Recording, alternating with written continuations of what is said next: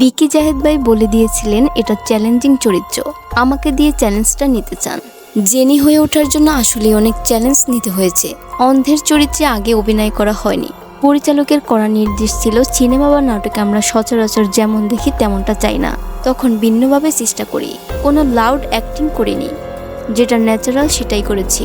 শুটিংয়ের আগে বিকি ভাইয়ের অফিসে গিয়ে অনুশীলন করতে হয়েছে। তখন তিনি একবার বলেছিলেন সেন্ট অফ আ ওমেন সিনেমার আল পাচিনোর চরিত্রটি বারবার দেখতে। চরিত্রটা অন্ধ ছিল, সেই চরিত্র আমাকে অনেক সহায়তা করেছে। একবার শুটিংয়ের রাস্তা পার হওয়ার সময় বহুবার এনজি শট দিয়েছিলাম, কারণ সবাই মনে করেছিল আমি আসলেই অন্ধ। তারা আমাকে রাস্তা পার হতে সহায়তা করতে এগিয়ে এসেছিলেন। আমি উপস্থাপনায় নিজেকে খুঁজে পাই। উপস্থাপনা আমার রন্ধে রন্ধে, আমাকে যে কোনো জায়গায় দাঁড় করিয়ে দিলেই কথা বলতে থাকবো, এমন অবস্থা আমার মুখ চলতেই থাকে। সেক্ষেত্রে অনেক ভাবতে হবে না, কারণ এটাতে আমি অভ্যস্ত। অন্যদিকে আমার ব্যাকগ্রাউন্ড থিয়েটার, মূকাভিনয় করেছি। সেই জায়গা থেকে অভিনয় আমার ফ্যাশনের জায়গা। অভিনয় শিল্পী হতে চেয়েছি, কিন্তু সেই সুযোগটা হয়তো পাইনি।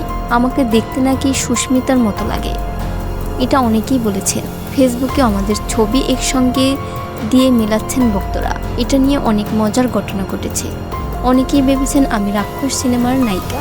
আমাকে ভেবেও নাকি কেউ কেউ সিনেমা দেখতে গিয়েছেন। মজার ব্যাপার হচ্ছে, কয়েকদিন আগে সুস্মিতার সঙ্গে দেখা হয়েছিল। তিনি আমাকে দেখেই বলেন, তুমি মৌসুমী মৌ। আমাদের ট্রেলার দেখেই সবাই তোমাকে ট্যাগ করেছিল, কারণ আমি দেখতে তোমার মতো। কেউ কেউ মজা করে বলেছেন, দেশে তো এমনই নায়িকা ছিল, তোমাকে তো নিতেই পারতো। শুনে বেশ মজা পাচ্ছি। সিনেমার নায়িকা হতে চাই। এখন সাকিব ভাই নায়িকা বানাবেন কিনা এটা সাকিব ভাই জানেন। তিনি বলেছিলেন, সত্য বলতে সিনেমা তো অনেক বড় মাধ্যম, তবে নিজেকে সিনেমার জন্য প্রস্তুত করছি। কেউ ডাকলে ব্যাটে বলে মেলে গেলেও সিনেমায় অভিনয় করব।